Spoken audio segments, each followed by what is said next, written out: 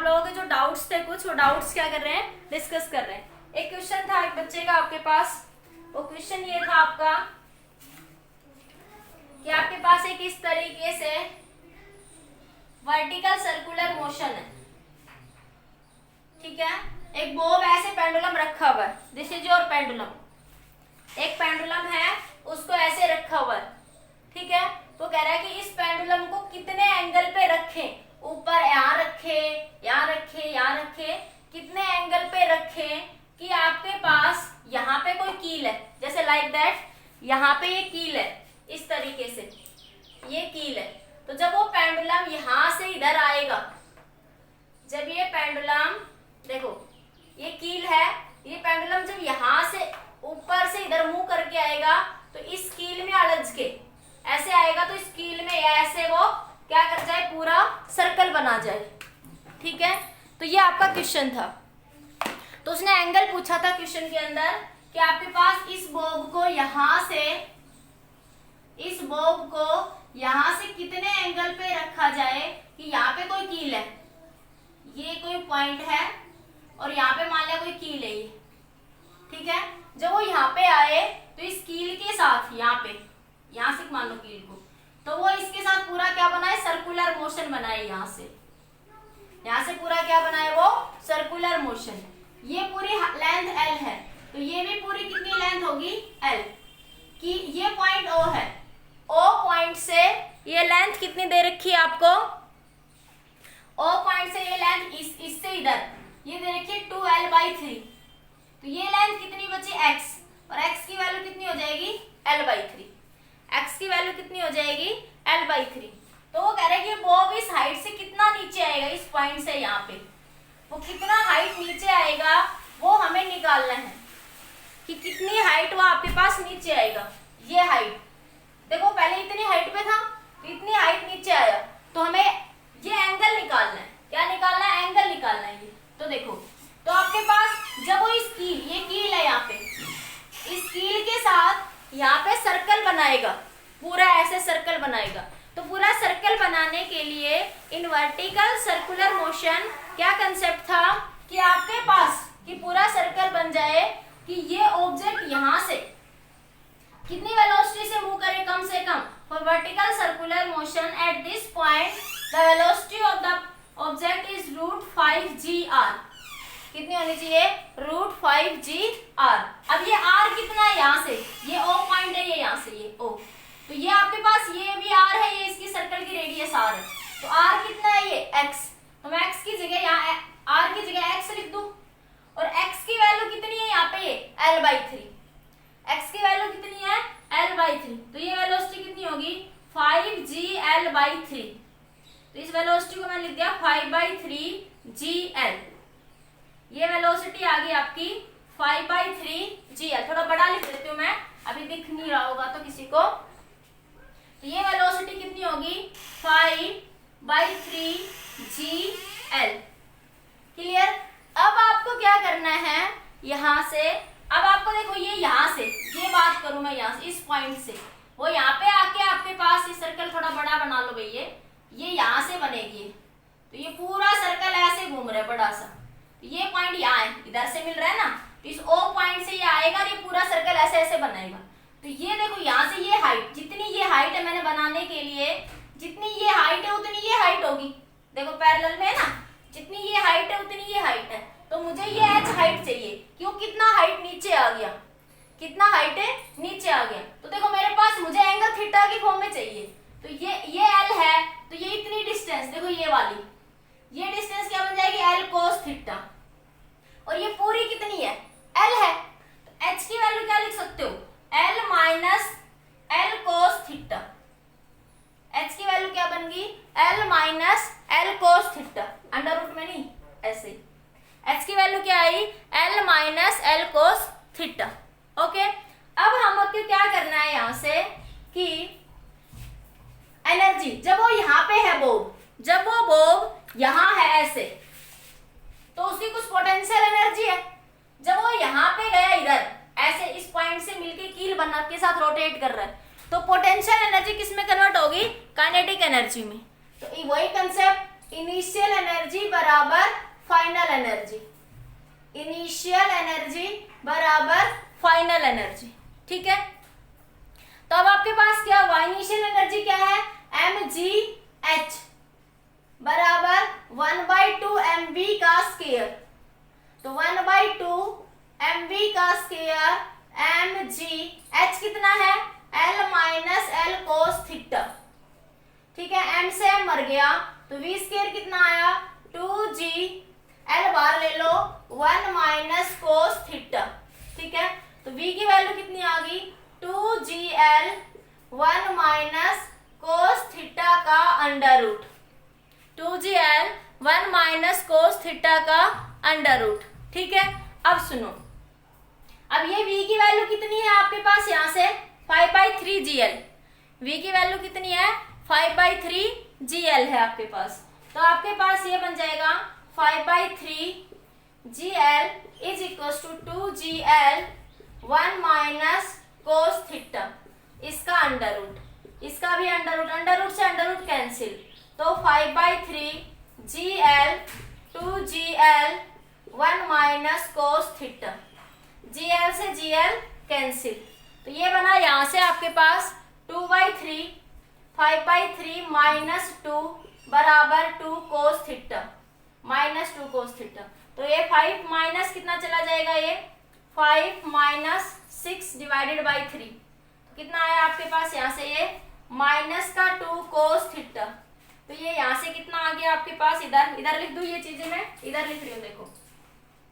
तो ये बना माइनस का 1/3 माइनस का 2 कोस थीटा, तो आपके पास minus minus plus cos theta कितना आ गया 1/6, तो कोस थीटा की वैल्यू यहाँ से कोस थीटा कितना आ गया 1/6, तो थीटा कितना आ गया कोस इनवर्स 1/6, कोस थीटा की वैल्यू कितनी आ गई कोस इनवर्स 1/6। ठीक है, देखो आपके पास दिख रहा है, तो थीटा की वैल्यू कितनी आ जाएगी कोस थीटा 1/6, तो कोस थीटा कितना हो गया कोस इनवर्स 1/6, यही आपको निकालना था, आपको इसके अंदर यही निकालना था, बताइए एक बार। ठीक है, तो आज की क्लास का ये फर्स्ट डाउट था। सेकंड डाउट देखिए, वेरिएबल फोर्स, देखो हमने कल वर्क डन को समझाया था आपको। ठीक है, वर्क डन में क्या था बेटा, वर्क डन क्या होता है, work done force into displacement into cos theta, ये फॉर्मूला कब लगाते हैं, जब फोर्स क्या रहता है कांस्टेंट, जब फोर्स क्या रहता है आपका कांस्टेंट, जब फोर्स क्या रहता है आपका कांस्टेंट रहता है, जब हम इस कंसेप्ट को डायरेक्ट लगाते हैं।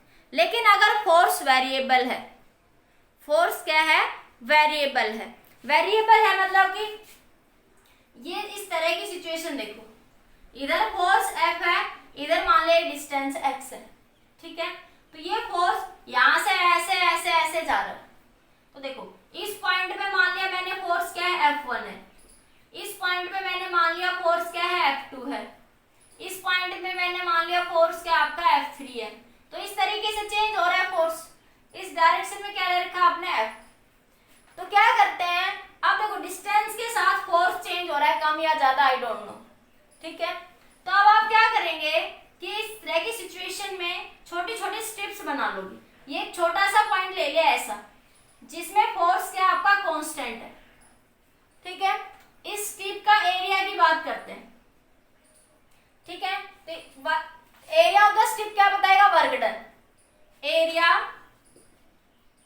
ऑफ दिस स्ट्रिप, ये स्ट्रिप जो मैंने ऐसे ऐसे कर दी, एरिया ऑफ स्ट्रिप क्या बताएगा आपको, वर्क डन। तो मैंने इस स्ट्रिप को ले लिया, इसको नाम दे दो ए बी सी डी। ठीक है, strip A B C D. ठीक है, तो एरिया क्या होता है, रेक्टेंगल है, रेक्टेंगल का एरिया क्या होता है, फोर्स इनटू डिस्टेंस डिस्प्लेसमेंट।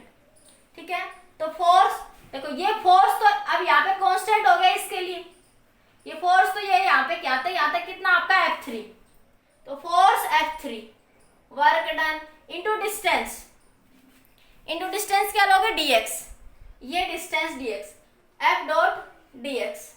ठीक है, टोटल के लिए क्या कर दोगे इंटीग्रेट, माने F3 आ गई, W1 वर्क डन आ गया, बाद की बात करते हैं, इसी तरह W2 क्या लिख दोगे, F2 इंटू W2 पे भी एक स्ट्रिप बना लो, यहाँ पे भी एक स्ट्रिप बना लो, ठीक है। एक ऐसी छोटी सी स्मॉल स्ट्रिप जिसका फोर्स क्या है, कांस्टेंट, जिसका फोर्स क्या है, कांस्टेंट। तो टोटल क्या बना, F2 into dot dx, W3 भी क्या बना, F3 इंटू डॉट dx। तो टोटल वर्क क्या हो गया, W1 plus W2 plus W3, इन सबको ऐड करते हैं, नंबर ऑफ जितने भी स्ट्रिप्स बनेंगे उनको, ठीक है। अब क्या कर सकते हैं, F1 F2 dot dx plus F3 dot, ये F1 था एक, W1 में F1 लिख लो, W2 में F2 लिख लो, W3 में F3 लिख लो। तो ये बना आपके पास F1 dot dx, F2 dot dx, F3 dot dx। इस तरीके से हो गया, इन सबको ऐड कर दिया, सबको क्या कर दिया, ऐड। तो इसको क्या लिखते हैं, ये जो एडिशन होता है ना इस तरीके से, इसको हम समीशन में लिखते हैं। ये इसका एक सिंबल होता है, जैसे मैं कह दूं कोई नंबर 1 प्लस 2 प्लस 3 ऐसे इन्फिनिटी तक, तो उसको आप ऐसे लिख देते हो समीशन n। तो इस समीशन में खोलोगे तो लिखते हो i is equal to 1 to n। तो ये यहाँ पे n की वैल्यू लिखोगे, n i की वैल्यू, i की जगह 1, फिर 2, फिर 3। तो ये इस तरह के जब सम होता है ना इनफाइनाइट, तो उसको मैथमेटिकल में एक समीशन की फॉर्म में लिख देते हैं। तो ये समीशन बना, ये मैंने शायद आपको जब डिफरेंशिएशन समझाया वहां पे सीरीज में समझाया आपको ये बातें।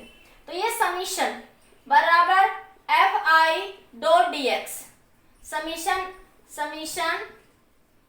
आई is equal to 1 to n। तो ये समीशन बन गया। अरे समीशन को ही हम डायरेक्ट क्या कर सकते हैं कि हम इंटीग्रेशन की फॉर्म में लिख सकते हैं। क्योंकि इन सबको ऐड करोगे तो वही बात है कि आप यहां से यहां तक पहुंच गए। इसी समीशन को हम कैसे लिख सकते हैं, F dot D X, limit लगा दो कहां से कहां तक, x1 से x2 तक, x1 से x2 तक। मान ले ये डिस्टेंस कितनी है यहाँ पे x1, ये कितनी है आपकी x2, तो x1 से x2 क्या लगा दी, लिमिट। अब इस पूरे का वेरिएशन आ गया यहाँ तक, ये x1 है यहाँ पे, ये है x1 से कहां पहुंच गया आप x2 तक। तो पूरे कोर्स में जो वेरिएबल था, ये इंटीग्रेशन यही तो बताता है हमें वेरिएशन को, कि किस पॉइंट से किस पॉइंट तक टोटल वेरिएशन कितना हुआ, एक्सप्लेनेशन को बताता है, ठीक है। तो ये आपके पास क्या आ गया, एफ डॉट डी एक्स। तो जब भी हम वेरिएबल फोर्स की बात करेंगे तो वर्क डन को किसकी फॉर्म में लिखेंगे, इंटीग्रेशन की फॉर्म में। हम समीशन की फॉर्म में सॉल्यूशन कब करते हैं, कम करते हैं, बाकी बुक्स में ऐसा भी मिल सकता है कि आपको समीशन की फॉर्म में लिख रखा हो, ठीक है। लेकिन हम जनरली जब भी करेंगे अपनी क्लास में तो हम इंटीग्रेशन करके प्रॉब्लम्स को क्या करेंगे, सोल्व करेंगे। This is your work done by the variable force, work done by the variable force. जैसे एक एग्जांपल देखिए, आपके पास एक क्वेश्चन है, जैसे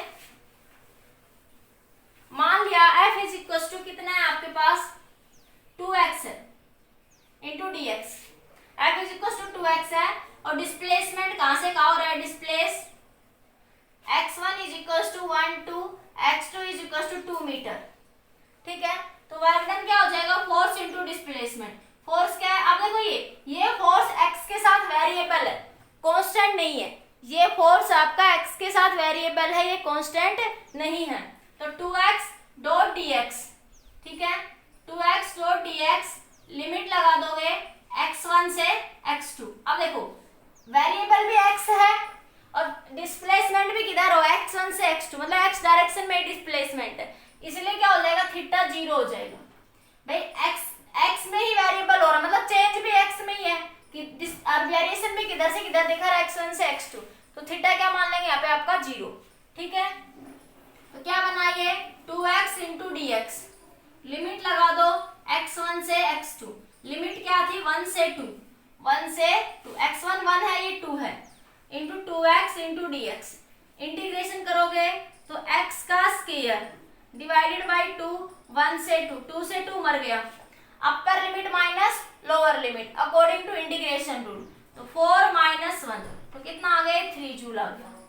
इस केस में वर्क डन कितना आ गया आपका 3 जूल आ गया आपके पास, ठीक है। अब आपके पास मान लिया एक और क्वेश्चन देखो, अगर मान लिया आपको वो वर्क डन इस तरीके से दे दे, फोर्स की वैल्यू, कि आपके पास वर्क डन वो कह रहा है कि फोर्स ऐसे दे दिया 5x प्लस 5, ठीक है। तो कह रहा है कि वर्क डन निकालिए, क्या कह रहा है कि वर्क डन फाइंड आउट करिए, ठीक है। x1 2 x is equal to 1 2 x2 is equal to 2 तक। ठीक है, तो आपके पास वही करेंगे, work done f into D X, 5x plus 5 into D X, limit लगा दोगे 1 से 2, तो वर्क डन कितना हो गया 5x dx। इसको अलग अलग लिख लो खोल के, 1 से 2 plus 5 into D X, limit लगा दो 1 से 2, इंटीग्रेशन को खोल लिया, इंटीग्रेशन को खोल दिया, 5x into D x plus 5 into D x, तो वर्क डन कितना आया आपका 5x स्क्वायर बाई 2 लिमिट 1 से 2 प्लस 5x लिमिट 1 से 2। अब ये लिमिट की वैल्यू पुट कर दो, अपर लिमिट माइनस लोअर लिमिट, और सोल्व कर लो। ठीक है, एक इस टाइप के क्वेश्चंस होते हैं आपके। एक दूसरे टाइप के क्वेश्चन सोल्व होते हैं work done by the variable force के लिए। जैसे मैं आपके पास इस तरीके से सिचुएशन दे दे कि फोर्स F जो है मान लिया आपके पास कितना है x square i cap minus Y J cap, force F की ये दे रहा है ये, और कह रहे हैं वेरिएशन कहाँ हो रहा है 1 2 2 2 1 0 2 2 3 तक क्या हो रहा है वेरिएशन हो रहा है। ठीक है, वो कह रहा है कि फ्रॉम डिस्प्लेस फ्रॉम यहां से यहां तक डिस्प्लेस हो रहा है आपके पास, अगर वेरिएबल दो तरीके के दे दे यहां से। ठीक है, तो फिर क्या करेंगे, यहाँ पे देखो x भी वेरिएबल है और y भी क्या है वेरिएबल है अब आपके पास, तो इसको क्या करेंगे इस तरह की सिचुएशन में, इसको ऐसे लिखेंगे वर्क डन को f डॉट डी आर, क्या लिखेंगे f डॉट डी आर लिखेंगे। ठीक है, तो आपके पास x आपने पढ़ा था r डिस्टेंस, ये देखो आपको वेक्टर में पढ़ाई थी, ये x y और ये z, अगर सिर्फ मैं 2D में समझा सकती हूँ बोर्ड पे डायरेक्ट, ये x एक्सिस ये y एक्सिस, तो इस डिस्टेंस को मैं r कह सकती हूँ।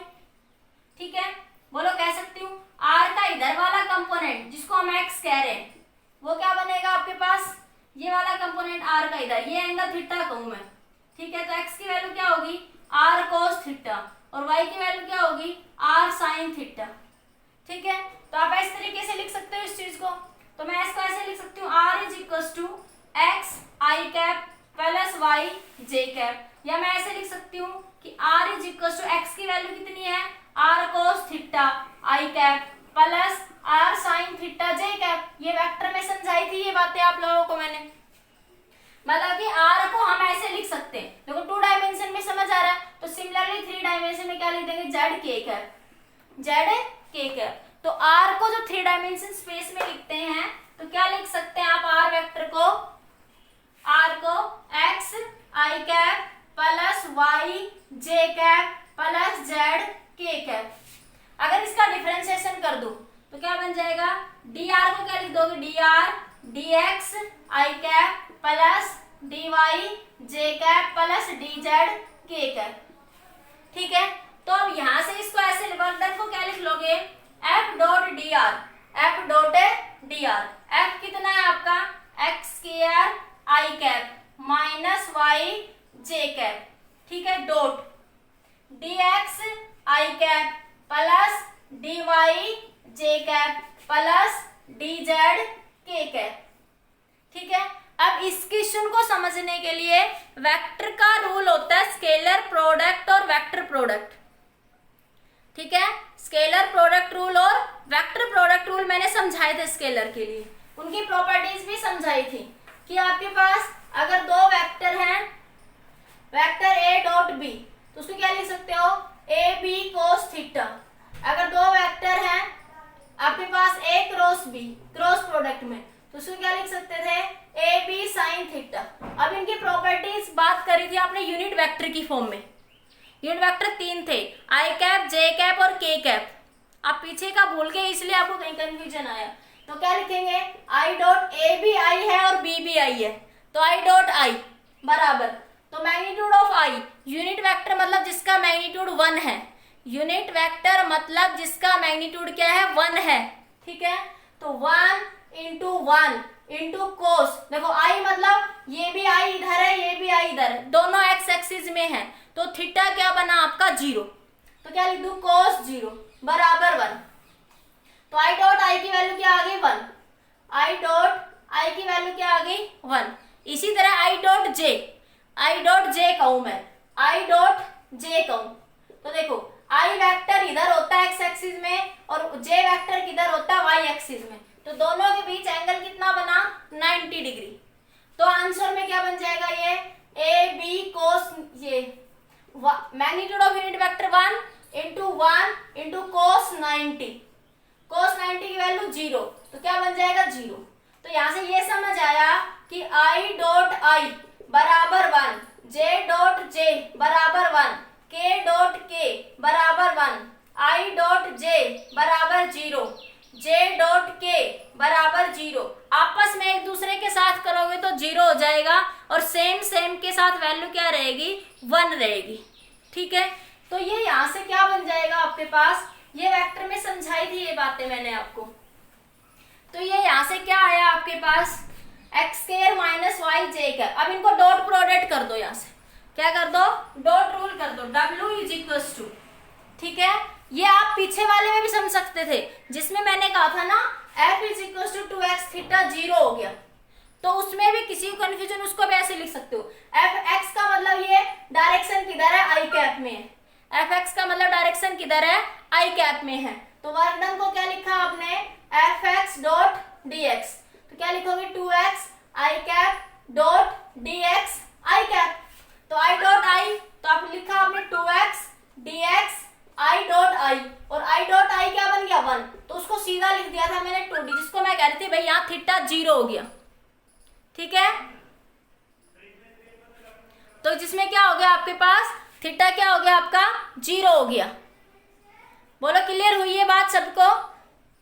तो यहाँ पे उसको भी ऐसे भी लिख सकते हो कि आई डॉट आई की फॉर्म में, जैसे मैंने डायरेक्ट कह दिया था कि थीटा 0 हो गया, वो थीटा 0 का मतलब यही था कि ये भी x डायरेक्शन में dx लिख रहे हो, dx के साथ डिफरेंशिएशन कर रहे हो आप लोग, तो dx आई डॉट आई क्या बन गया 1, आई डॉट आई की वैल्यू क्या हो जाती है 1 हो जाती है। ठीक है, तो इसी तरीके से आपका यहां से देखो ये बना एक्स स्क्वायर डॉट dx, तो ये बना x square dx, I dot I क्या बन जाएगा 1, आई ये डॉट है बीच में, आई डॉट आई 1, ठीक है, लेकिन I dot J 0, I dot J 0, I dot K 0, इसलिए मैं उनकी नहीं दिखाती।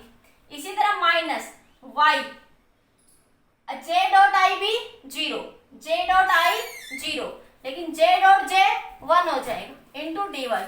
इसी तरह जे डॉट के भी 0, तो 0 को प्लस में लिखो या मत लिखो कोई फर्क नहीं पड़ता, उसको 0 को आप लिखो या फिर मत लिखो, तो आपके पास ये आ गया। अब टोटल के लिए क्या करता हो दोनों साइड इंटीग्रेशन।